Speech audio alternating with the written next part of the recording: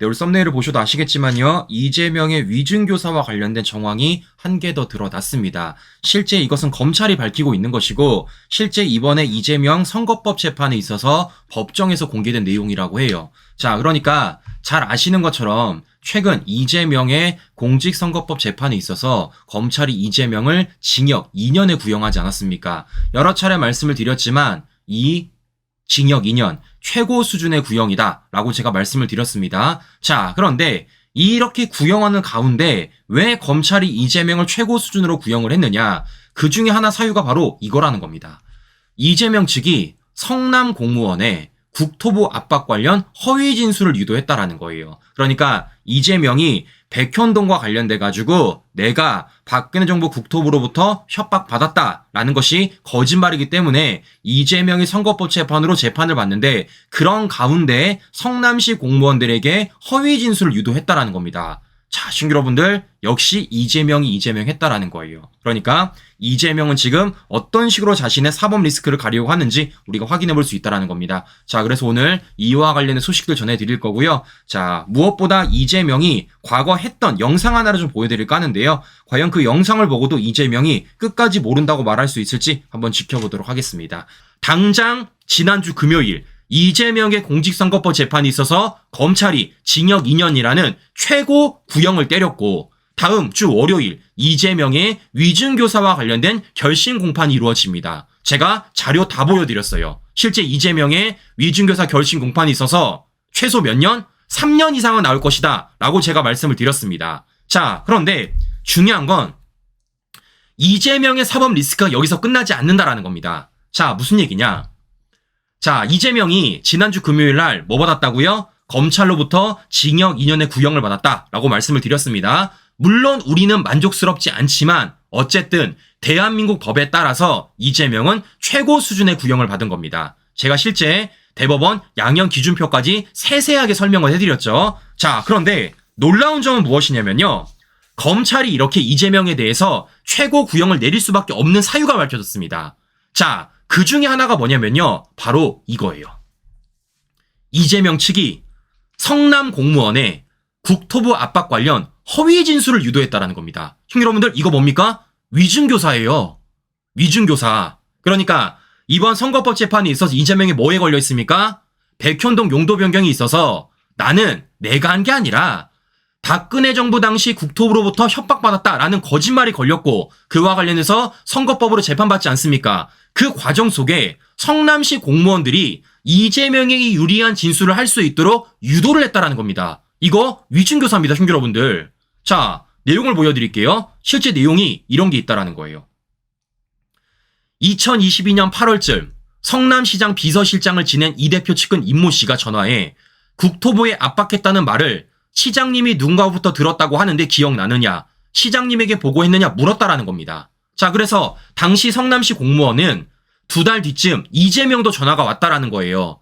같은 취지로 보고받은 기억이 있는데 당신이 아냐고 해서 그런 일 없다고 보고한 적 없다라고 증언을 했다라는 겁니다. 자, 그러니까 성남시 공무원한테 전화한 게 단순히 이재명 측근뿐만이 아니라 이재명 당사자까지 전화를 했다라는 겁니다. 누구한테? 성남시 공무원한테. 그래서 뭘 이끌어냈다라는 겁니까? 이재명에게 유리한 진술을 이끌어내기 위해서 실제 유도를 했다라는 겁니다. 자, 그런데 이게 한 명이 아니에요. 자, 보시는 것처럼 성남시 주거환경 과장을 지낸 전모 씨도 작년 11월 재판에 2022년 7월에서 8월 임 씨가 전화해 이 시장에게 국토부 압박을 보고한 게 당신이냐고 물었다라는 겁니다. 더 나아가 도시계획과 팀장을 지낸 김모 씨도 도시계획과 주무관을 지낸 장모 씨도 임 씨로부터 비슷한 내용의 전화를 모두 받았다라는 겁니다. 그럼 몇 명입니까? 지금 일단 나오는 것만 4명이에요. 네? 그러니까 성남시 공무원 4명에 전화를 걸어서 국토부 압박 관련 허위 진술을 유도했다라는 겁니다. 누구한테 유리하게? 이재명한테 유리하게. 야, 진짜 겁이 없다라는 생각을 제가 한 번 더 가졌습니다. 겁이 없다. 네? 자, 그런데 결론적으로 어떤 일이 벌어졌습니까? 그 유도가 먹혀들지 않았잖아요. 말씀드렸지만 실제 국토부와 성남시 공무원들 무려 22명에 걸치는 증인 모두 다 국토부 협박이 없었다고 얘기했고요. 더 나아가 그 회유 전화를 받았던 실제 성남시건도 뭐라 그랬습니까? 이재명이 물어봤어요. 백현동 용도 변경 국토부 압박 못 느꼈냐? 성남시건? 네. 못 느꼈다. 네. 네. 심지어 뭐 했습니까? 국토부가 성남시에 백현동 용도 변경 의무 아니다라는 공문까지 내리지 않았습니까? 이 공문이죠. 이와 관련돼서 당시 성남시 공무원이 뭐라 말했냐? 그거 내가 이재명한테 대면 보고까지 했다라는 증언까지 했습니다. 어디서? 법정에서. 지금 뭐 하는 겁니까? 앞서 말씀드린 대로 지금 이재명 측이 성남시 공무원의 4명에 대해서 이재명에 유리한 허위 진술을 유도했지만 그 허위 진술이 실제 법정에서는 이루어지지 않았다라는 겁니다. 중요한 건 뭐겠습니까? 이걸 시도했다라는 거죠. 자, 보시는 것처럼 왜 이재명이 최고 구형을 받을 수밖에 없는지 그 사실관계들을 우리가 하나하나 알아볼 수 있다라는 겁니다. 그럼에도 불구하고 지금 이들은 뭐라고 말하고 있습니까? 이재명이 부당한 구형을 받은 것처럼 마치 검찰이 이재명을 탄압하는 것처럼 그런 식으로 몰아가고 있다라는 거예요. 근데 보시면 아시겠지만요. 이재명과 관련돼서 최고 구형 내리는 건요. 너무나도 당연하다라는 겁니다. 왜냐? 죄질이 너무 불량하잖아요. 죄질이. 자, 그런데 제가 이런 과정 속에서 이 기사를 보고 가장 깜짝 놀랐던 것 중에 하나는 뭐냐면요. 바로 이겁니다. 자, 앞서 말씀드린 대로 지금 이재명 측이 성남시 공무원에 이재명에 유리한 허위 진술을 유도했다라는 겁니다. 그런데 그 과정 속에서 어떤 분이 등장을 하느냐? 바로 이분이 등장을 한다는 거예요. 자, 그러니까 성남시 공무원이 전화를 받았다는 겁니다. 누구한테? 성남시장 비서실장 출신 전영수 씨한테요. 우리 시청자 여러분들, 전영수 씨 아마 기억하실 겁니다. 이분 어떤 분입니까? 이재명의 성남FC와 관련된 수사를 받는 가운데 실제 돌아가셨던 분입니다. 그때 이분이 어떠한 유서를 남겼습니까? 이재명을 향해서 이제 정치를 내려놓으라는 유서를 받았습니다. 자, 그런데 중요한 건 뭐겠습니까? 이분마저도 성남시 공무원을 회유하는 과정 속에서 실제 동원이 되었다라는 거예요. 전화가 왔다라는 겁니다. 야, 저는요, 충격적입니다, 시청자 여러분들. 충격적이에요. 그러니까 지금 성남FC와 관련돼서 수사를 받고 그로 인해서 고충을 겪고 계신 분한테도 어떤 일이 벌어진 겁니까? 이재명의 선거법 재판을 위해서 성남시 공무원에게 전화 거는 일이 벌어졌다라는 겁니다. 이게 말이 됩니까, 시청자 여러분들? 잘 생각해 보세요. 지금 어쨌든 이재명의 성남시장 시절 비서실장을 맡았던 사람이에요. 근데 지금 그분이 이재명의 성남FC와 관련돼가지고 검찰이 수사를 받고 있습니다. 그래서 심리적인 압박을 굉장히 받고 있다고요. 근데 그런 과정 속에서 어떤 일이 벌어진 겁니까? 이재명한테 유리하도록 성남시 공무원에 회유 전화를 거는데 동원이 되었다라는 겁니다, 시청자 여러분들. 와, 저는요 너무 충격적입니다. 저는 그래서 이제 이 유서가 이해가 되는 거예요. 왜 전영수 씨가 이런 유서를 남겼는지.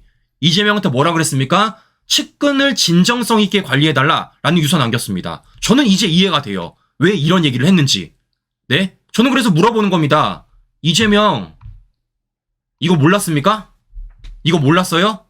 실제 이재명 측근이란 사람들이 성남시 공무원 4명에 걸쳐서 회유를 했다라는 것, 허위 진술 유도했다라는 것 몰랐습니까? 모를 수가 없습니다.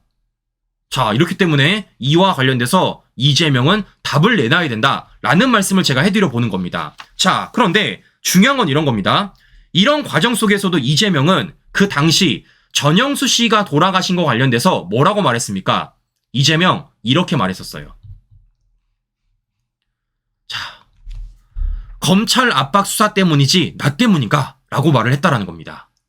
그러니까 지금 전영수 씨가 돌아가신 게 자기 때문이 아니라 검찰 압박 때문이라고 말했던 게 당시 이재명이었습니다. 자, 시청자 여러분들, 당시 이재명이 어떻게 말을 했는지 우리 시청자 여러분들에게 좀 영상을 보여드리고 방송 이어가 보도록 하겠습니다. 보시면요, 조금 소름 끼치실 거예요. 자, 직접 한번 들어보십시오. 어제 믿을 수 없는 부고를 접했습니다. 제가 만난 공직자 중에 가장 청렴하고 가장 성실하고 가장 헌신적이고 가장 유능했던 한 공직자가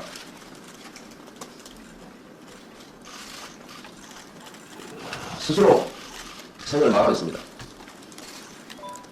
자랑스러운 공직생활의 성과들이 검찰의 조작 앞에 무정을 당하고 지속적인 압박 수사로 얼마나 힘들었겠습니까?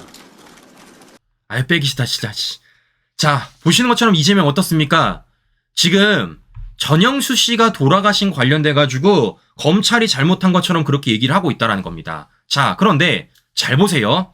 여기서 우리는요, 날짜를 봐야 됩니다. 날짜를. 자, 그러니까 지금 전영수 씨가 돌아가신 날짜가 언제입니까? 2023년 3월 9일이에요. 2023년 3월 9일. 자, 그런데 전영수 씨까지 동원이 되어서 국토부 공무원, 아니, 성남시 공무원들을 허위 진술 유도했던 날짜는 언제입니까? 2022년 8월입니다. 자, 신규 여러분들, 여기서 중요한 건 무엇이냐면요. 전영수 씨가 일단 여기에 동원됐다는 것도 중요한 것이고, 중요한 건 전영수 씨가 실제 수사를 받고 있는 가운데서도 이런 일이 이루어졌다라는 거예요. 그럼에도 불구하고 이재명은 뭐 하는 겁니까? 마치 이것이 검찰 때문인 것처럼, 아무것도 모르는 것처럼 그런 식으로 얘기를 하고 있다라는 겁니다. 자, 그러면 제가 물어볼게요. 실제 이재명 측근들이 이걸 그냥 나섰겠습니까? 자발적으로 나섰겠어요? 왜냐? 범죄 행위입니다. 범죄 행위. 근데 이런 범죄 행위에 이재명이 아무런 지시 없이 이런 일을 할 수가 있었을까요? 저는 불가능하다고 생각을 하는 겁니다. 즉 뭐 하는 겁니까? 이재명의 지시가 있었기 때문에 이렇게 회유를 했을, 이렇게 허위 진술을 유도했을 가능성이 매우 높다라고 말씀을 드려보는 거예요. 근데 그런 과정 속에서 이재명은 뭐 하는 겁니까? 아무것도 모르는 것처럼 마치 이것이 모두 검찰 탓으로 돌렸다라는 겁니다. 와, 저는요, 소름이 끼칩니다. 소름이 끼쳐요. 자, 저는 그래서 말씀을 드려보는 겁니다. 말씀을 드려보는 거예요. 첫 번째, 민주당을 향해서. 지금 민주당 뭐라고 말하고 있습니까? 검사 탄핵 청문회를 하겠대요. 이유인즉슨 이화영의 회유 진술을 강요했다라는 겁니다. 제가 물어볼게요. 정말 허위 진술을 강요한 사람은 누굴까요? 오히려 민주당이 답을 해야 될 건 아니겠습니까? 더 나아가서 민주당 뭐 한다는 겁니까? 법 왜곡죄로 응수를 하겠다라는 겁니다. 검찰 압박하는 거죠. 제가 물어볼게요. 정말 지금 사법부를 왜곡하고 법을 왜곡하는 사람들이 누굴까요? 자, 이에 대해서 민주당은 답을 했으면 좋겠다라는 말씀을 해드려 보는 겁니다. 자, 무엇보다 가장 중요한 건 뭐겠습니까? 이런 이재명에 대해서 사법부가 엄단을 내려줘야죠. 보여드린 것처럼 지금 실제 자신의 사법 리스크와 관련돼서, 자신의 재판과 관련돼서 말도 안 되는 일들이 계속해서 벌어지고 있지 않습니까? 제가 여쭤볼게요. 이런 사람을 엄단 내리지 않으면요, 어떤 국민을 엄단 내릴 수가 있겠습니까?